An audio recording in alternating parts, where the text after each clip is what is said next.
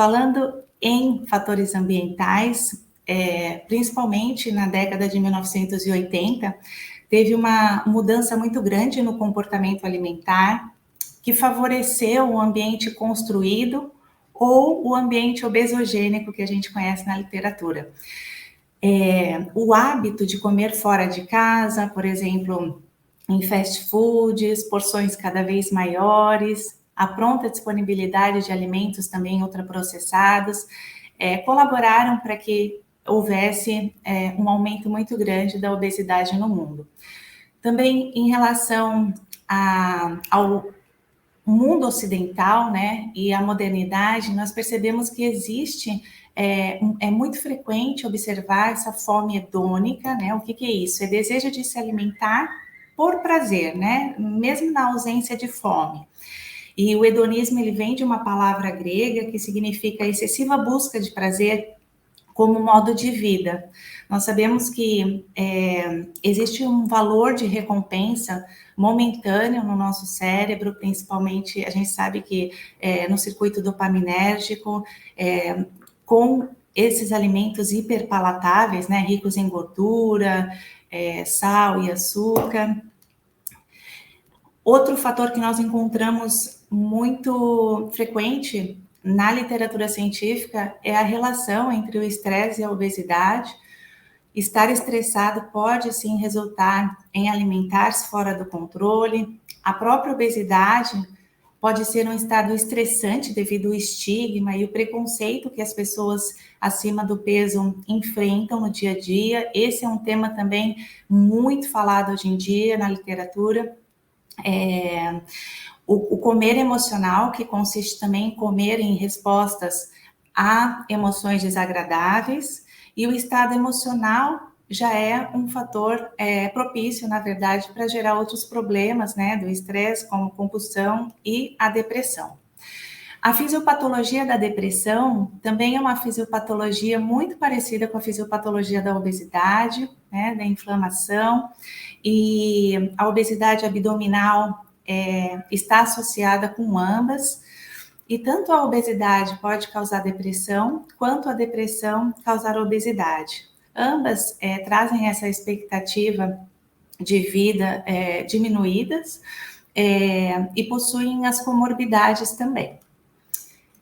Um transtorno muito comum na obesidade é a compulsão alimentar. Este transtorno ele é mais frequente em pessoas com obesidade, mas não se limita apenas a essas pessoas. Ele é caracterizado, né, marcado por episódios de consumo de grandes quantidades de alimentos em curto espaço de tempo, com perda de peso, de controle, pelo menos uma vez por semana durante os 3 últimos meses. Sabe-se que a obesidade tem impacto negativo na qualidade de vida e na percepção do estado de saúde físico, mental, social e ambiental. Então, tanto a qualidade de vida quanto essa percepção, né, as variáveis cognitivas, elas são elementos muito importantes a serem considerados no tratamento de longo prazo da obesidade.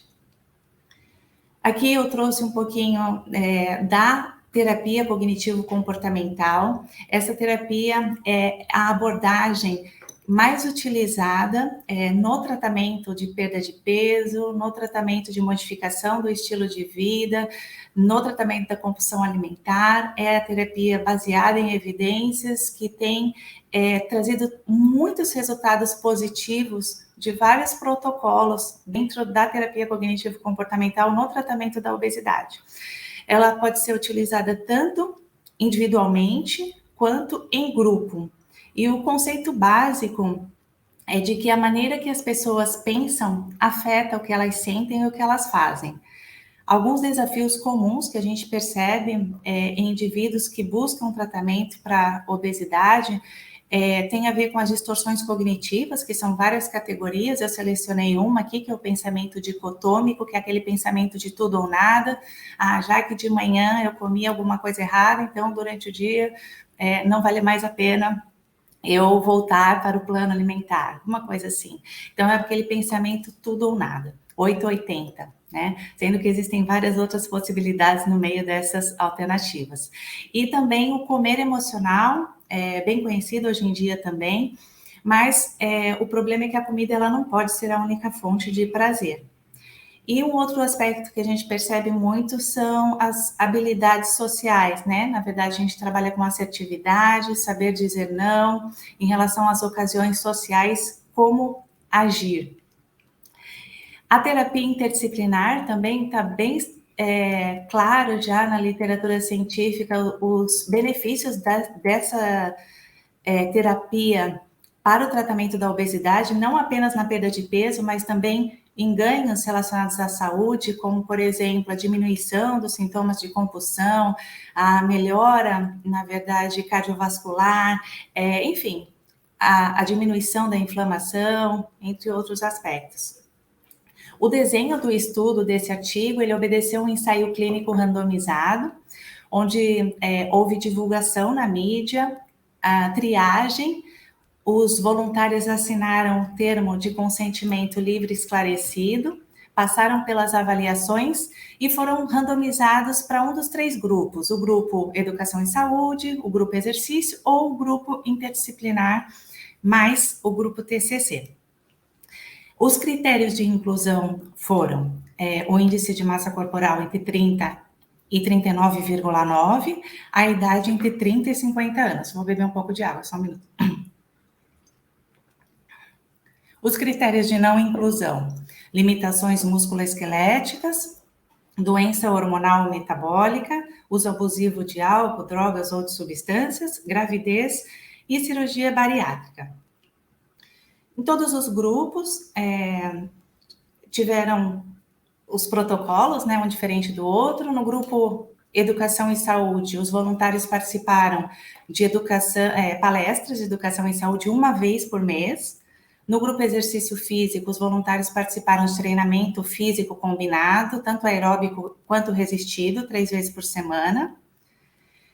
E o grupo interdisciplinar, mais o TCC, participou de 3 vezes por semana do exercício físico, mais uma vez por semana de intervenção de nutrição, psicologia e fisioterapia. As avaliações realizadas antes e após os programas foram avaliação antropométrica e de composição corporal, e os questionários, né? Um questionário holandês do comportamento alimentar, o questionário Recall Brief, que é o questionário para avaliar a qualidade de vida da Organização Mundial de Saúde, o inventário de Beck, o BAI, né, para analisar os sintomas de ansiedade, e o inventário de Beck, BDI, para avaliar os sintomas de depressão.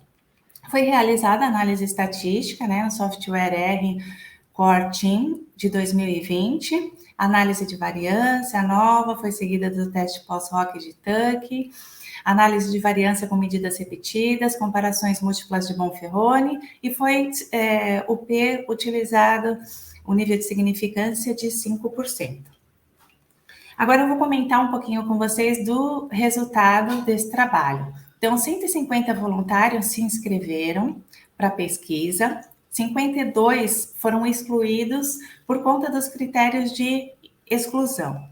98 voluntários iniciaram a pesquisa e 43 permaneceram até o final, sendo que o grupo que teve menor evasão, aproximadamente 20% do que os outros 2 programas, foi o grupo interdisciplinar mais o TCC, mesmo com mais intervenções. Então, nós observamos na literatura que programas de modificação para estilo de vida de longo prazo para adultos com obesidade pode ocorrer essa taxa de evasão com aproximadamente de 50%.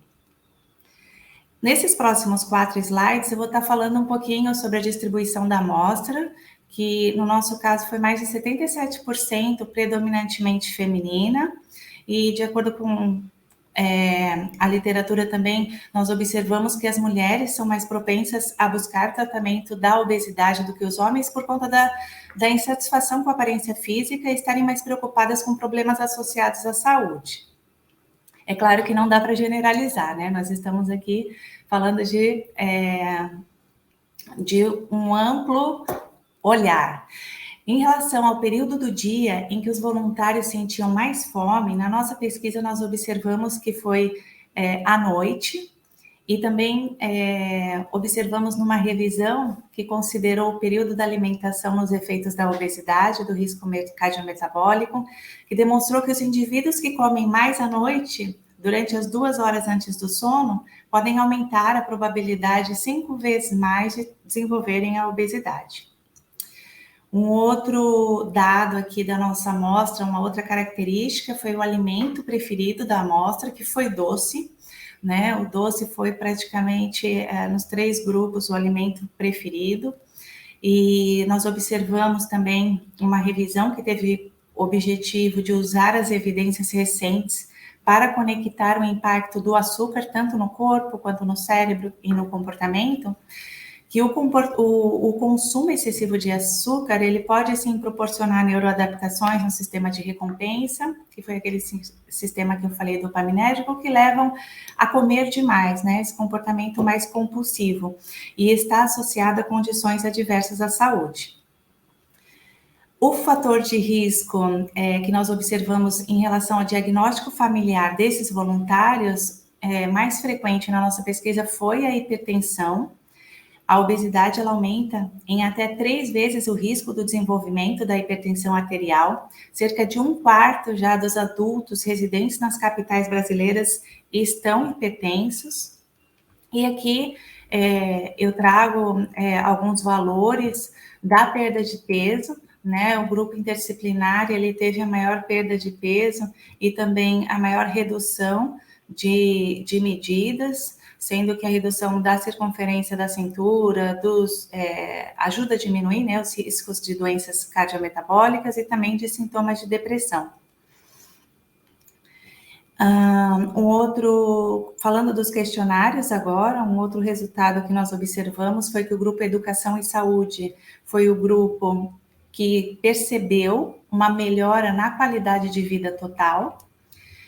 O grupo Exercício Físico percebeu uma melhora na qualidade de vida em relação à parte física, então mobilidade,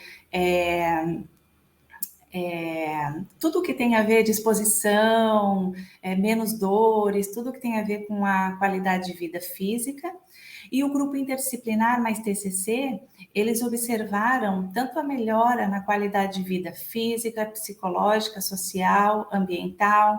Também houve melhora no comportamento alimentar, reduzindo a fome emocional, restrita, externa, e diminuiu muito o número dos sintomas de depressão. Nós não observamos mudanças significativas nos sintomas de ansiedade. Nesse sentido, a avaliação e a ressignificação de pensamentos inadequados, disfuncionais em relação ao peso, pode contribuir muito para o tratamento da obesidade. Agora, o último dado que eu vou mostrar, né, são 2 correlações que são interessantes. Nós observamos uma correlação positiva entre a alimentação emocional, né, o comer emocional, com a ansiedade e a depressão, que também já era esperada, de acordo com a literatura. A alimentação emocional, ela ocorre, né, de aspectos emocionais para aliviar a tensão e o estresse, e tem sido associado tanto à obesidade quanto à depressão, e uma correlação negativa entre a qualidade de vida física, psicológica e social com depressão e ansiedade. Sabe-se que realmente a obesidade, ela tem um impacto negativo em relação à qualidade de vida total. Por considerações finais, eu selecionei aqui que os 3 grupos, eles tiveram melhoras na saúde, né? Sendo que o grupo interdisciplinar foi o grupo que observou mais melhoras, né? Os nossos achados, eles destacam a necessidade de ampliar a investigação da ansiedade. Nós utilizamos um teste de ansiedade que tem muito a ver com aspectos biológicos, né? Então, com sensações físicas de ansiedade, talvez investigar outros tipos de avaliações, e também em relação à inflamação, que nós não tivemos mudanças nesse artigo. Em conclusão, os resultados do estudo eles sugerem que tanto a qualidade de vida relacionada à saúde, quanto aos aspectos psicológicos podem ser elementos chaves no tratamento de adultos com obesidade, e a abordagem interdisciplinar, ela se torna muito importante, né? Pode contribuir para avanços nas ações clínicas. As limitações que nós observamos nesse estudo foi o número de amostra e a evasão. É muito comum que tenham essas limitações em estudos no tratamento da obesidade, né? Principalmente tratamento de longo prazo.